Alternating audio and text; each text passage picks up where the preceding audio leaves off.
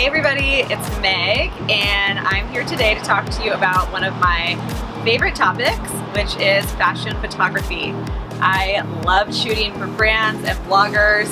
I just love fashion and it's super creative and fun, so I wanted to share 3 tips that I always keep in mind during my fashion photo shoots. So the first one is to make sure that in your shots you're incorporating movement. So this makes the shot always look more dynamic and interesting, and it also shows the audience, what the clothes are going to look like when they're moving and how it's going to be to live in those clothes, which I think is really important, especially for brands.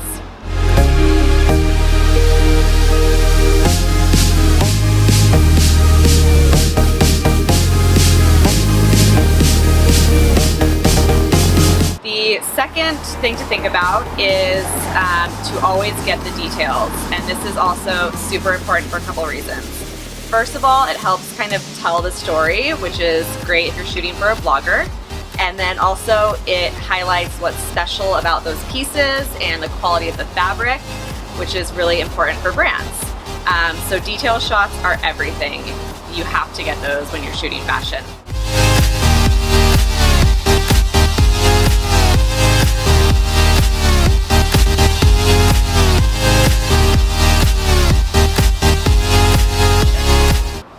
And the third thing to keep in mind, which I always think about when I'm shooting fashion, is that there are 3 shots that you want to get every time. So the first is like a wide environmental shot showing, the person in the scene, which again kind of helps the audience see what it's going to be like to live in those clothes and what they're going to look like in their city in those outfits.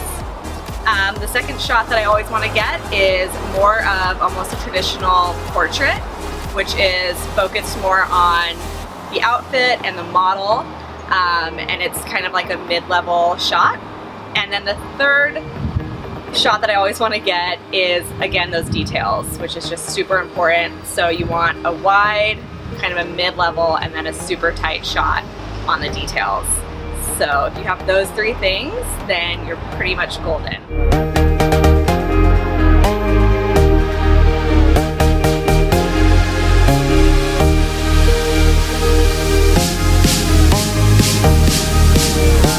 And yeah, I hope that helps when you're out there shooting, and keep in touch. Subscribe to this channel or follow me on social at Meg Russell Photo. Bye!